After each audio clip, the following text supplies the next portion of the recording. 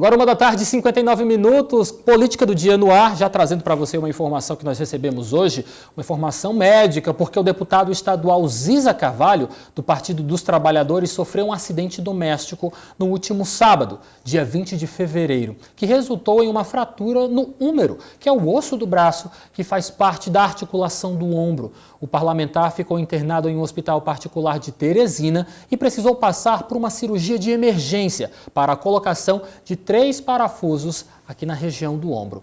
Ziza Carvalho informou que deve passar pelo menos por 3 meses utilizando tipóia e passando também por sessões de fisioterapia para garantir a recuperação total deste procedimento cirúrgico ao qual ele foi submetido. Mais informações sobre o estado de saúde de Ziza Carvalho, deputado estadual pelo Partido dos Trabalhadores, você acompanha aqui com seu Sistema O Dia de Comunicação.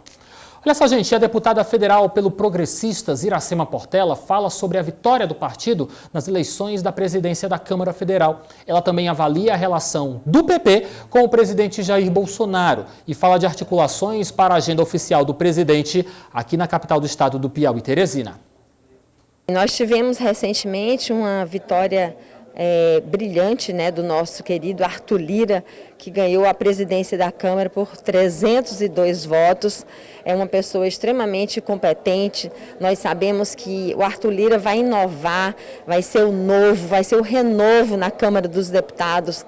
O presidente Arthur Lira, durante os seus discursos, ele sempre falou, fazia a Câmara Federal do nós e não do eu.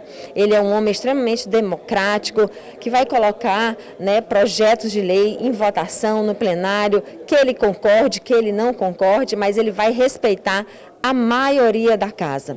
E nós estamos assim, otimistas com relação à condução dele à frente da Câmara dos Deputados. E nós somos, sim, aliados do governo Bolsonaro e, recentemente, nós fizemos o convite, tanto eu como o senador Ciro Nogueira, para que o presidente Bolsonaro venha ao nosso estado participar da inauguração da ponte Governador Lucídio Portela no município de Santa Filomena. E, em seguida, fizemos o convite também para que ele se faça presente aqui em Teresina e que a gente possa fazer a visita no Centro Materno Infantil, que é uma obra importantíssima que nós estamos realizando. Eu tive o prazer, a satisfação de colocar a grande maioria dos recursos para a realização dessa obra e que já tem os recursos para finalizar a obra, mas para equipar esse grande Centro Materno Infantil, nós realmente precisamos, né, do apoio do governo federal. Então, nós vamos trazer o presidente Bolsonaro aqui na nossa capital. Eu acredito que daqui mais uns 30, 40 dias, quando a gente marcar a inauguração da ponte lá no município de Santa Filomena, para que ele possa nos apoiar e garantir os recursos, né, que vão equipar o Centro Materno Infantil. Porque a maternidade Evangelina Rosa, ela realmente não atende mais as mulheres como as mulheres precisam e como as mulheres necessitam. É uma previsão, mas Iracema Portela do Progressistas não é a primeira a, de certa forma, falar com bastante zelo e intenção, realmente se aproximando de uma realidade de confirmação de agenda de Jair Bolsonaro aqui para o estado do Piauí. A primeiro, esta questão de confirmação de lançamento, de inauguração de uma ponte estaiada, que foi anunciada pelo senador Elmano Ferrer aqui na região centro-sul do estado. E, é claro, aproveitando esta vinda de Jair Bolsonaro para a inauguração desta ponte, o desejo é de se confirmar também a agenda na capital do estado do Piauí, do presidente Jair Bolsonaro. Aliados dão como certa esta questão desta agenda aqui pelo estado do Piauí, faltando apenas uma confirmação se ainda no mês de março de 2021 ou se esta visita ficará para o mês de abril. E o deputado federal Júlio César, pelo PSD do estado do Piauí, defende a indicação do partido na chapa majoritária governista. Estamos falando mais uma vez de 2022. Vamos acompanhar como que o presidente do PSD aqui do estado imagina essa articulação. Um partido na dimensão do nosso, o PSD, e o PSD é feito por 2 pessoas, eu, deputado federal, e o Georgiano, deputado estadual, se tornou a 2ª maior força do estado.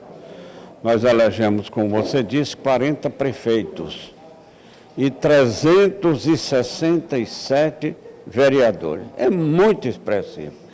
E um partido da dimensão do nosso tem o desejo de crescer e crescer ainda mais na próxima eleição. O desejo é participar da chapa majoritária.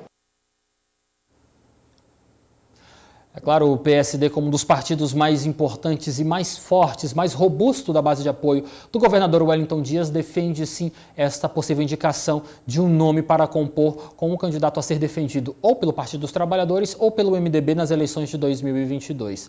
Há quem diga que realmente é desejo de Júlio César, de o nome dele mesmo ser indicado para compor como candidato a vice-governador na chapa majoritária do bloco que apoia Wellington Dias nas eleições de 2022. Se isso se confirmar, também se especula que uma possível vaga de reeleição ao Congresso Federal lá em Brasília ficaria a cargo de Georgiano Neto, que atualmente é deputado estadual ali na LEP. Vamos acompanhar e, é claro, saber se tudo isso vai se confirmar. Se confirmando ou não, você confere todos os detalhes aqui na tela do canal 23. Ponto 1. A deputada federal pelo Partido dos Trabalhadores, Rejane Dias, comenta para a gente a possível indicação de Rafael Fonteles como candidato do Partido dos Trabalhadores ao Palácio de Karnak em 2022. Ela também fala sobre a luta pela prorrogação do auxílio emergencial em tempos de pandemia. Vamos acompanhar. O auxílio emergencial ele foi fundamental no socorro às famílias mais carentes de todo o Brasil. Foram aproximadamente 60 milhões de brasileiros que sobreviveram devido ao auxílio emergencial, porque perderam sua renda. As pessoas que viviam de bico não tiveram condição, por conta do isolamento, de sair para vender os seus produtos. E além disso, a economia foi duramente afetada. Só não foi pior porque o Congresso Nacional, Câmara e Senado, nós aprovamos também o socorro às empresas para que não houvesse uma demissão, mas isso aconteceu no ano passado e a pandemia ainda continua. Nós estamos aí em plena segunda onda da pandemia do Covid. Então, todo o esforço nosso lá, e que bom que os dois presidentes das duas casas também falam da necessidade da continuidade do auxílio emergencial. Apresentei já projeto nesse sentido, a nossa bancada também apresentamos e esperamos a sensibilidade do governo federal, porque é bom lembrar que só queria aprovar R$200. Se não fosse, né, a resistência, a luta ali das duas casas, Senado e Câmara Federal, não teria saído os 600. E que depois a bancada feminina, pela sua atuação aguerrida, nós conseguimos aprovar para as mulheres chefes de família R$1.200. E nós vamos continuar nessa luta, porque as mulheres chefes de família, mais do que nunca, a gente precisa proteger e cuidar delas. Bom, deputada, alguns parlamentares também do PT já têm defendido o nome de Rafael Fonteles como candidato a sucessor do grupo do governador Wellington Dias. A senhora também tem essa defesa ou teria algum outro nome a colocar? Eu acho que por exemplo, eu costumo dizer que é algo ainda para o futuro, né? Nesse primeiro momento, a preocupação nossa agora é de cuidar do estado do Piauí, é de trazer as emendas, de trazer os recursos. Agora, evidentemente, o secretário de Fazenda, Rafael Fonteles, tem se destacado pela sua capacidade de gestão.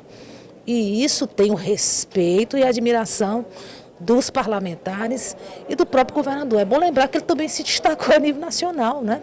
Hoje é presidente do Concefaz, que é o Conselho dos Secretários de Fazenda, pela sua capacidade de uma boa articulação e um rapaz muito preparado, realmente capacitado. Então, claro que preenche aí essas credenciais para ser aí o nosso candidato ao governo do estado, mas eu acho que isso ainda é futuro, é algo que nesse momento até não cabe ainda pensar nisso. Não cabe ainda pensar nisso, mas agora eu quero o comentário de João Magalhães, que já está aqui ao vivo em nossos estúdios. João, tudo bem? Boa tarde para você, seja bem-vindo. Olá, Levi, boa tarde para você, boa tarde a todos. O Partido dos Trabalhadores nunca assume de fato que já defende o nome de Rafael Fonteles, mas sempre que tem oportunidade, sempre que nomes importantes do partido são questionados, sempre falam bem do secretário. Sem dúvida nenhuma. Não há dúvidas de que dentre os nomes mais próximos do governador Wellington Dias, dentro do PT, para um processo de sucessão estadual do próprio governador Wellington, o nome de Rafael Fonteles é aquele que desponta com mais capacidade, vamos dizer assim, de diálogo junto a toda a bancada de partidos que compõem a base aliada do governador Wellington Dias. Não é à toa que Rafael Fonteles tem viajado todo o Piauí. Se a gente for olhar a agenda que ele tem feito como secretário de Fazenda, a gente observa que hoje ele tem feito 2 agendas, uma voltada especificamente para a Secretaria de Fazenda e outra voltada mesmo para a questão de acompanhar investimentos, anunciar, inclusive assinar ordem de serviço de obras em todo o Piauí. Portanto, é sem dúvida nenhuma, dentro do Partido dos Trabalhadores, o nome que tem essa maior capacidade de aglutinar forças junto aos demais partidos, por isso é o mais lembrado quando se fala em 2022. Ô João, mas assim, olhando para a questão do perfil de Rafael Fonteles, ele tem um perfil administrativo bastante reconhecido. Eu me lembro demais na imprensa quando nós noticiávamos que ele foi uma revelação fazendo mestrado, realmente uma das pessoas sempre apontadas como um caráter técnico muito destacável. Mas para ser governador não basta apenas ser um bom técnico, tem que ser principalmente um excelente articulador político. Olhando para Rafael Fonteles, você vê essa característica no perfil dele? Exatamente, Lívia. É bom lembrar que para chegar à cadeira de governador do estado é preciso passar por um processo eleitoral. E é neste processo eleitoral que, sem dúvida nenhuma, o então pré-candidato precisa demonstrar capacidade de aglutinar forças, capacidade de conversar com todos os partidos, mas principalmente de se comunicar diretamente com a população. Aí onde entram, sem dúvida nenhuma, as velhas e famosas estratégias de marketing político eleitoral dos candidatos. E Rafael Fonteles tem demonstrado que, sem dúvida nenhuma, tem conhecimento dessas técnicas e está arrodeado, vamos dizer assim, de outros líderes políticos experientes que podem contribuir muito para que ele chegue em 2022 com um nome viabilizado para concorrer ao governo do estado. Ok, vamos lá então para a agenda do prefeito de Teresina, Dr. Pessoa, nesta segunda-feira. Hoje nós estivemos, na realidade, acompanhando também um encontro que ele teve com o presidente da Associação dos Prefeitos do Estado do Piauí, Paulo César, presidente da PPM, mas nossa próxima entrevista aqui para você é com o presidente Paulo César. Ele vem fazendo um balanço sobre esse encontro da manhã desta segunda-feira com o Dr. Pessoa e também vem falar de outros pontos interessantes. Ele destaca, por exemplo, o tempo que está à frente da entidade, faz um balanço à frente da PPM e também fala sobre o recadastramento de servidores e informa para a gente que a PPM está com contas bloqueadas por dívidas trabalhistas. Vamos acompanhar. Olá, Lívia, boa tarde. Então, hoje pela manhã, o presidente da PPM recebeu uma visita de cortesia do prefeito de Teresina, Dr. Pessoa, alguns membros das secretarias municipais e também da deputada Margarete Coelho, deputada federal. Eles discutiram algumas obras aqui, alguns investimentos que devem ser feitos aqui em Teresina, que foi pedido essa parceria junto à PPM. Mas para poder dar detalhes maiores dessa reunião, desse encontro, está aqui do meu lado o presidente da PPM, Paulo César Moraes. Olá, presidente, boa tarde. Boa tarde. Então, presidente, qual foi o teor dessa reunião? O que foi discutido? Bem, como bem dito, tivemos a honra hoje, 2 ilustres visitas, o prefeito da cidade, doutor Pessoa, e da deputada Margarete. Então, a deputada Margarete, hoje ela integra a comissão mista de orçamento, na parte de infraestrutura, e ela veio comunicar à PPM que, através da PPM, ela quer realizar grandes obras no Piauí. Então, quer a participação e a PPM vai sim contribuir nessa parte. Com relação ao prefeito doutor Pessoa, ele, como prefeito, ele integra também esta casa, que é a Casa dos Prefeitos do Piauí. Então, veio fazer a visita, e também dizer que está à disposição para ajudar a PPM, e a PPM está retribuindo também, dizendo que a PPM quer contribuir, quer ajudá-lo em tudo que for necessário. Certo. Foi tratado de alguma obra em específico, alguma demanda? A gente sabe que os municípios do Piauí, eles estão sempre enfrentando algumas dificuldades, relacionadas às questões financeiras. A maioria deles tem dificuldade em fazer grandes investimentos nas suas cidades com recursos próprios e depende desses recursos federais e uma boa articulação com a bancada federal também. Como é que o senhor, enquanto presidente dessa entidade, tem se articulado junto aos prefeitos no sentido de buscar esses projetos para captar recursos federais? Aproveitando aqui, em relação ao doutor Pessoa e a deputada Margarete, aqui foi uma oportunidade, ele como prefeito de Teresina, de falar diretamente com a deputada que integra a Comissão de Orçamento, principalmente na parte de infraestrutura. Então, ele já fez as suas demandas e a deputada se colocou à disposição para ajudar a Teresina. E como presidente da PPM, aqui também o nosso Piauí necessita de várias obras. Basta analisar, num período como esse aqui, as estradas, em razão das chuvas, intensas chuvas, estão em situação bem precárias. Então, isso é uma das demandas que os vários municípios, os vários prefeitos nos procuram para podermos ajudar. Certo. Tá ok, então. Presidente, eu agradeço aqui a sua participação com a gente no Dia News. Eu volto com você, Lívio. Maíra Martins, muito obrigado pela sua participação. Tá aí, então, o prefeito Dr. Pessoa tendo um encontro com o presidente da PPM. João Magalhães, recentemente, nos últimos anos, nós estamos percebendo um crescimento de importância da PPM. Realmente, o presidente da PPM tem se mostrado sempre com essa capacidade de realizar boas articulações em prol dos 224 municípios do estado do Piauí. Por isso, eu vejo como muito importante sempre você ter um bom relacionamento entre a instituição e, é claro, o Palácio da Cidade também. Sem dúvida nenhuma. Teresina é a principal cidade piauiense e há uma relação muito grande entre o município de Teresina, entre a prefeitura de Teresina e os demais municípios, não só na área da saúde, onde a gente destacaria, sem dúvida nenhuma, a principal questão, mas, sem dúvida nenhuma, a prefeitura de Teresina pode contribuir muito com os municípios, seja no fomento, nas discussões relacionadas a questões técnicas na área econômica, na área de desenvolvimento de projetos, formas de conseguir recursos via bancada federal, e agora o presidente da APPM, prefeito Dr. Paulo César, tem visto essa possibilidade de estreitar relações com o município de Teresina, tendo em vista que a capital do estado exerce uma grande influência nos demais municípios. E o prefeito de Teresina, logo após este encontro que ele participou na PPM, se reuniu também na manhã desta segunda-feira com mais membros da bancada federal piauiense lá em Brasília. Quem também participou deste encontro foi o governador do estado, Wellington Dias. Vamos acompanhar o que foi debatido. Primeira reunião pública do governador após a cirurgia que fez nos olhos, que lhe ausentou do comando do estado. Foi apresentar demandas do Piauí para buscar recursos junto à bancada federal. A prioridade é saúde, barragens e a recuperação de estradas. Aqui apresentei para a bancada essa como uma prioridade. Claro que tem a prioridade da saúde, a bancada sempre trabalha desde o começo da pandemia, né? Aliás, até antes, né? Essa prioridade. A outra é essa do plano de recuperação de rodovias. Nós temos recursos para recuperar 2.000 quilômetros, mas vamos precisar aí de mais ou menos outros 1.200 quilômetros ainda para poder completar toda essa malha recuperada. E além disso, nós também colocamos algumas obras que estão em andamento, próximas de terminar ou numa condição boa, como algumas barragens. Eu citei aqui a barragem de Tinguiz, ali na região de Piracuruca, Brasileira. Para Teresina, Dr. Pessoa cobrou uma atenção maior.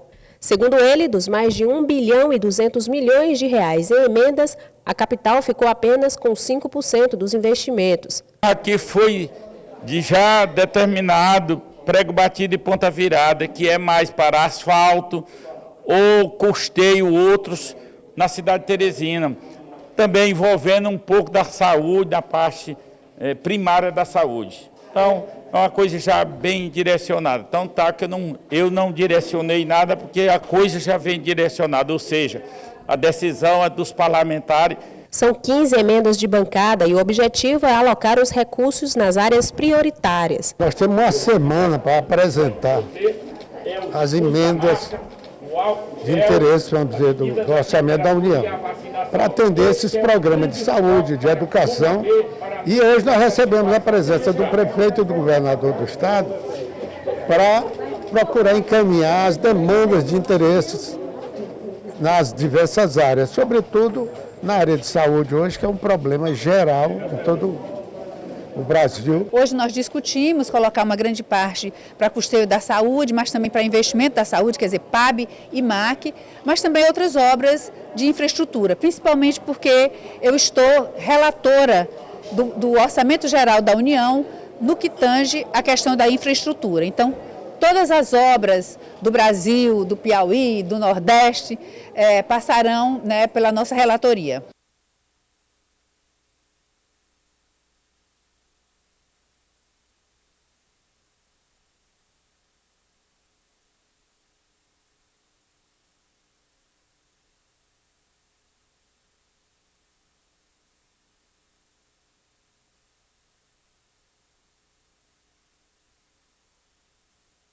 Se eu tenho problemas de elevada infecção, elevada internação, com um número de óbitos significativo, como aqui na Grande Teresina, a Grande Parnaíba, a região de Piripiri, se a gente olha os números, a gente vai ver que a boa parte do adoecimento, dos óbitos, estão vindo dessas regiões, de Floriano, ali na região de Bom Jesus. Então, essas 4 regiões, principalmente, nós devemos adotar medidas. Eu estou defendendo que o comitê examine medidas que, de um lado, tenham de verdade resultado, cortando transmissibilidade, é esse o objetivo, com isso menos adoecimento, e do outro lado, que a gente tenha medidas sempre com um olhar no econômico também, para poder não colocar uma dosagem elevada demais. Em Teresina, a Prefeitura deve seguir as medidas determinadas pelo Estado. O prefeito sugere que o comércio pode ficar aberto,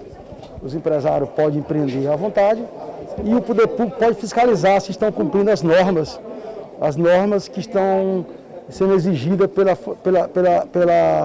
pelo setor de saúde pública. João Magalhães e você de casa, vamos dar uma pausa aqui no nosso quadro Política do Dia, porque agora vamos conversar ao vivo com o presidente do Sinep, Marcelo Siqueira. Com ele vamos falar sobre o novo decreto de lockdown que também atinge as escolas particulares aqui do município de Teresina e, é claro, por todo o estado do Piauí, atinge essa questão do funcionamento.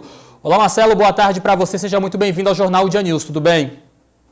Tudo bem, obrigado e boa tarde a todos. Marcelo, como é que você recebe esta informação de que, mais uma vez, as atividades escolares presenciais vão ser suspensas? Com muita tristeza.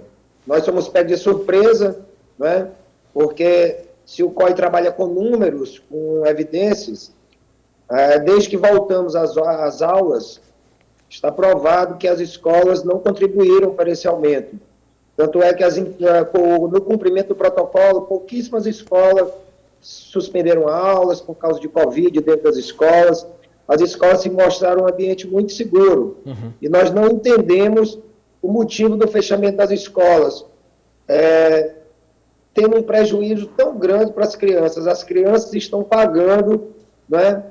E assim, não houve uma conversa com as escolas, como já aconteceu de outra vez, né? Então, nós achamos que o presencial na educação, ela é essencial, entendeu? Então, não há como funcionar de forma diferente. O remoto, ele vem remediar uma situação, mas cria muitos transtornos. Sim. Tá? Um deles é a socialização. As creches não tem como funcionar remotamente. Existe toda uma questão envolvida. Isso é uma roda que gira. Tem os professores, né? E tem alguns pais que precisam trabalhar, até mesmo em atividades essenciais. Os médicos precisam deixar as crianças na creche, então, para que a pessoa precise trabalhar. Não entendemos como a educação não seja uma atividade essencial. Educação tem que ser uma atividade essencial. Nós temos tantos setores aí, com leis aprovadas como atividade essencial, e não há um direcionamento para a educação. Nós não entendemos. E já provamos que as escolas cumprem o protocolo e que, nesse período que nós estivemos abertos, não houve problemas. As escolas estão funcionando e tomamos providências ao menor sinal de infecção na escola e a escola suspende. Nós temos um protocolo eficiente e, sinceramente, não entendemos, haja vista que a população vai ser a maior prejudicada. Nesse sentido, tanto as crianças quanto a cidade, para poder funcionar as atividades essenciais. Marcelo, nós temos aí um novo decreto que apresenta uma suspensão por mais 12 dias, de 24 de fevereiro a 7 de março. O sindicato pretende reagir de alguma forma, entrando na justiça contra esse novo decreto? Sim, pretendemos sim. Eu não sei, nós vamos ter uma reunião com as escolas, né? Hoje ainda, estarei no sindicato hoje à noite. Nós vamos providenciar algumas ações, né? Uma delas poderá ser essa. Com certeza, nós não ficaremos parados. Porque não aceitamos essa situação.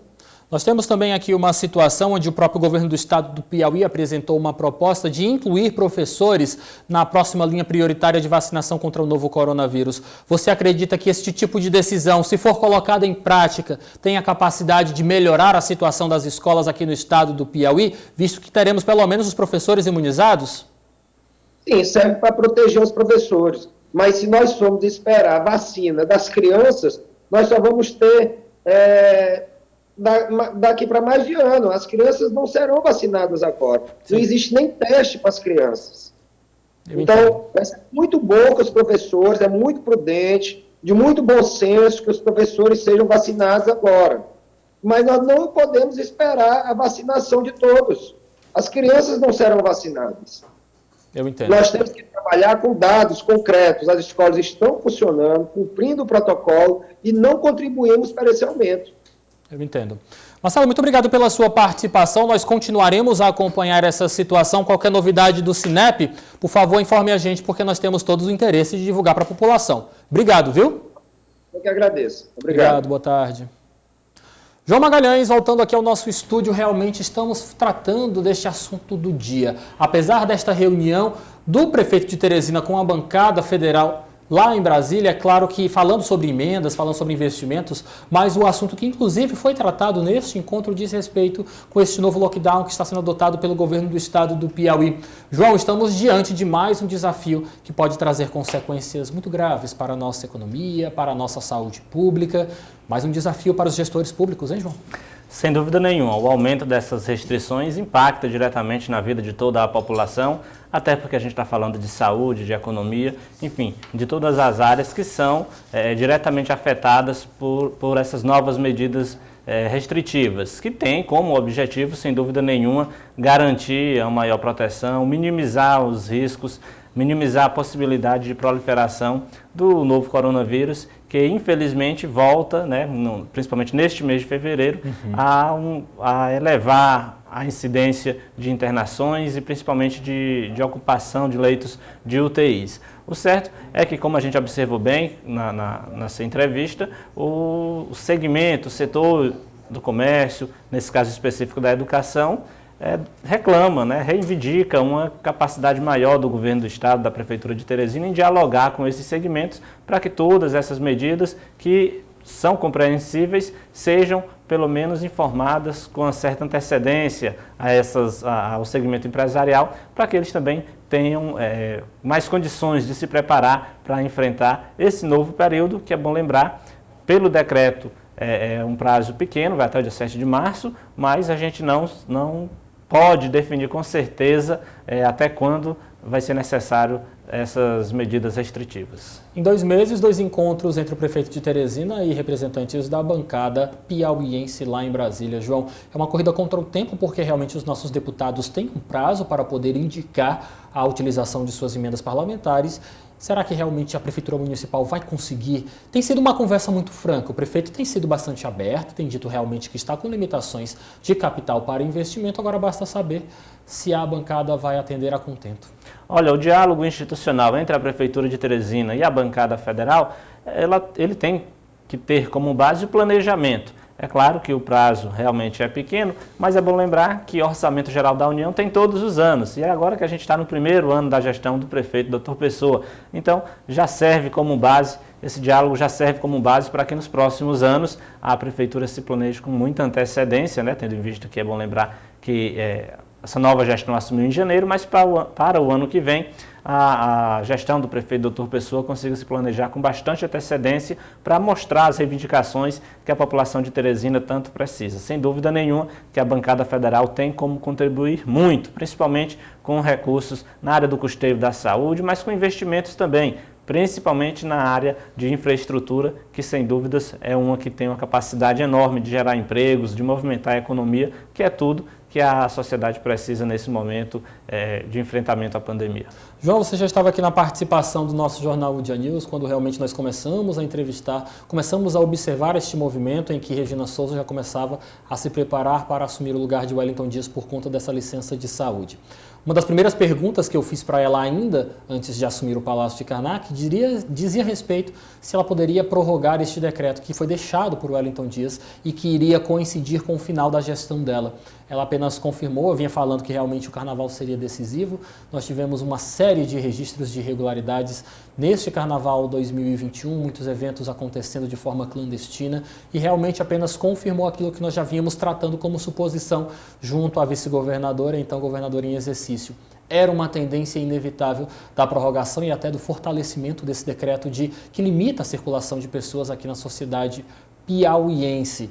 A gente não pode culpar 100% o povo, porque realmente a culpa é do vírus, a culpa é desta pandemia que pegou todo mundo de surpresa.